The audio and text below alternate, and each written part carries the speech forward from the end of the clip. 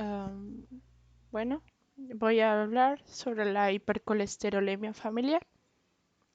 ¿Qué es la hipercolesterolemia familiar? Esta afección es una enfermedad hereditaria caracterizada por altas concentraciones de colesterol unidad a lipoproteínas de baja densidad, que en sus siglas es LDL, son siglas en inglés. Esto se produce por mutaciones en los receptores de las LDL. Es más común la mutación en el receptor de la LDL y menos frecuente en el gen de la apolipoproteína B y de la PCSK.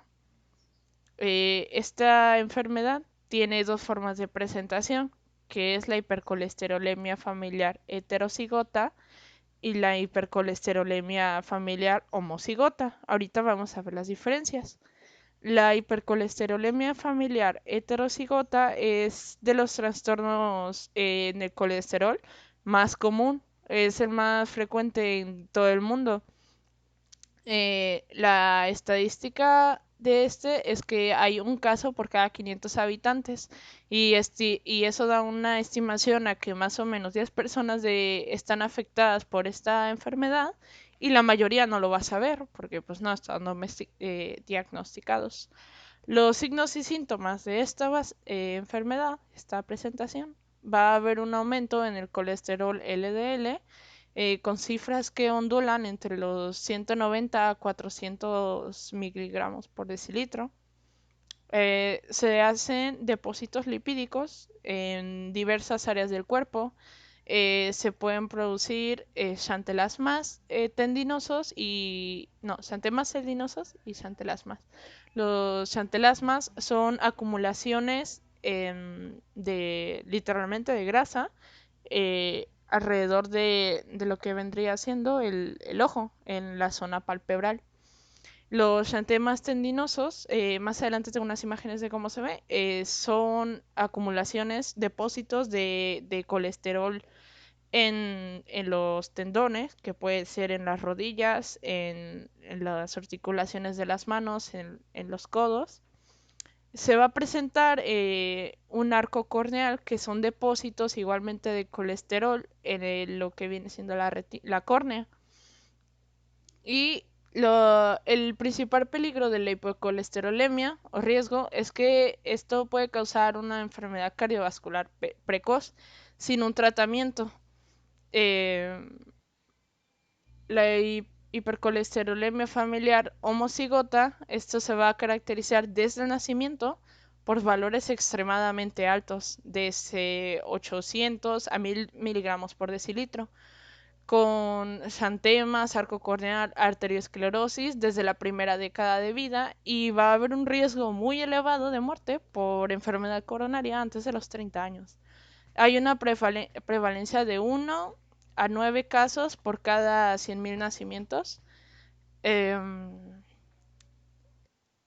Y la prevalencia de esta enfermedad, bueno, de la hipercolesterolemia en general,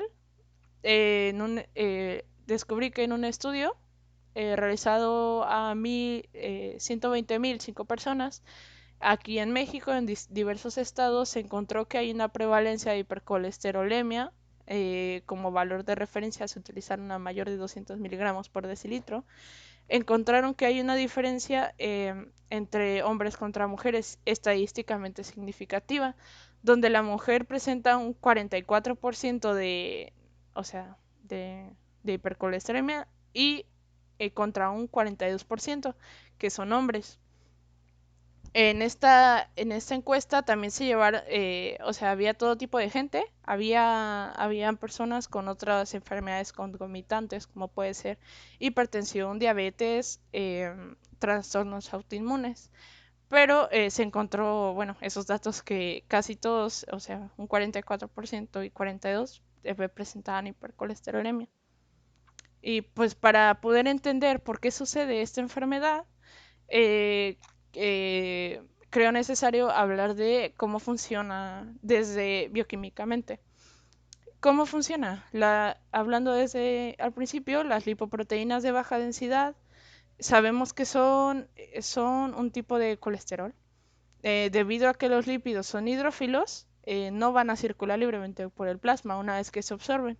Así que se van a asociar a proteínas para formar las lipoproteínas. En este caso lo que nos interesa son las lipoproteínas de baja densidad. Estas, lo que las características es que son ricas en colesterol esterificado. Aquí se ve en una proporción, hay un 41% en comparación con las otras de colesterol esterificado. Esto es solo colesterol libre. Esto es proteínas, fosfolípidos y triglicéridos. Las funciones de las lipoproteínas de baja densidad es para la reparación de membranas celulares o formación de hormonas esteroideas. Estas, o sea, no son, se les conoce como lipoproteínas, que son el colesterol malo, no es malo, es necesario y debe existir un cierto equilibrio. Por eso es que existe en el cuerpo humano. Una de sus funciones es que distribuye el colesterol a los tejidos, conducen parte del exceso del colesterol al hígado y participa en la regulación de la biosíntesis de colesterol. Esto que se puede observar es una apolipoproteína, no, perdón, lipoproteína. Sí, estos que se observan acá, estas bolas grandotas son apolipoproteínas. Aquí se pueden observar colesteroles, no, triglicéridos, sí, y unos esteres de colesterol. ¿Cómo se relaciona la célula con el colesterol? Resulta que la célula pues ocupa el colesterol para regular distintas funciones. Parte de ellas es generar pues añadirlo a la membrana celular para aumentar su fluidez. Y la célula debe tener control sobre los niveles de colesterol que van a entrar y salir de ella. Y esto se lleva hay dos mecanismos o dos pasos de regulación, que es la expresión del HMG-CoA. Este va a aumentar o disminuir la síntesis de colesterol y la captación de colesterol extracelular. Y en la captación de colesterol se requiere la expresión del receptor LDL y su proteína adaptadora LDL-RAP. Que el LDL-RAP es Low Density Lipoprotein Receptor Adaptador Proteína 1. Que eso es en inglés, o sea, es el que adapta el LDL para poder recibir, o sea, adapta al receptor para que pueda recibir la apolipoproteína. Bueno, ¿cómo funcionan los receptores de las LDL? Resulta que la célula por alguna razón, va a necesitar colesterol para sintetizar su membrana celular o producir hormonas. Entonces, lo que va a hacer el núcleo dice, bueno, pues ocupo un poco de colesterol para hacer tal cosa. Lo que hace es que produce proteínas que reciben a las LDL, que es su receptor. Entonces las produce, dice, bueno, ocupo hacer algo. Las manda. Y con la ayuda de la LDLRAP1, que es la que, como dije, ayuda al receptor para que pueda actuar con el receptor de la apolipoproteína B. La polipoproteína está en la superficie de los fosfolípidos de LDL. Una vez en la superficie del receptor de la LDL, los receptores se van a localizar en regiones, acá está, se van a localizar en regiones que se les llama, que están cubiertas de clatrina, que se les llama fositas cubiertas. El rol de los receptores consiste en la fijación de partículas LDL, acá está el mouse, LDL, que tiene apolipoproteínas B, al receptor. Entonces, cuando la lipoproteína se fija al receptor, aquí lo tenemos, se fija al receptor, esta se va a invaginar a la membrana a nivel de las fositas cubiertas, formando una vesícula de endocitosis. Se une y forma una vesícula de endocitosis. Está cubierta primeramente por una cubierta de clatrina, Pero estos complejos lipoproteína receptor, así como van a aparecer, que son los receptosomas, y se van a llevar la clatrina y la van a llevar de nuevo a la membrana para reciclarla. Y entonces la polipoproteína será vehiculizada hacia los lisosomas para que se puedan hidrolizar por hidrolasas y que se libere el colesterol. Las hidrolasas van a degradar a las lipoproteínas. El colesterol esterificado se hidroliza por una colesterol enterasa ácida y entonces el colesterol libre originado regula los distintos procesos fundamentales para la homeostasis celular. Esta regulación, bueno, una vez liberada ese estrés de colesterol, tiene tres funciones, que es inhibir, bueno, una vez que entra el colesterol, la célula lo que tiene que producir, o bueno, que pasar, es que se inhibe la enzima clave para la síntesis intracelular de colesterol, que es la HMG-CoA, que el nombre completo es 3-hidroxi-3-metil-glutaril coenzima A reductasa. Esa va a ser la que inhibe la síntesis intracelular de colesterol para que la célula no haga colesterol dentro.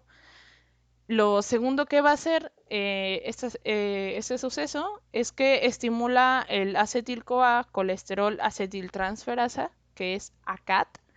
Este promueve la esterificación del colesterol libre que se deposita en el citoplasma.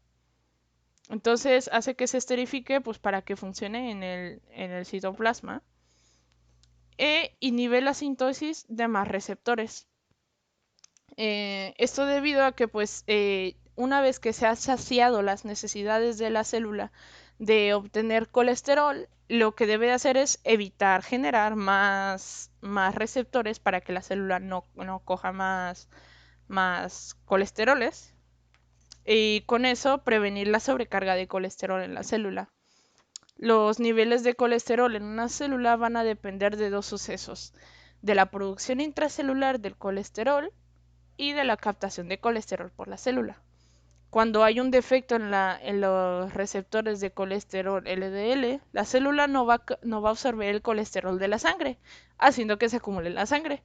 Y en consecuencia, al déficit de ingreso de colesterol LDL, la falta de colesterol en la célula porque no lo recibe de afuera, el núcleo lo interpreta como que hay un déficit, que no hay suficiente colesterol, entonces dice la célula, bueno, si no puedo obtenerlo de afuera, voy a hacerlo yo mismo. Entonces la célula se pone a hacer colesterol demasiado y la acumula y la suelta al torrente sanguíneo, generando concentraciones plasmáticas aún más mayores.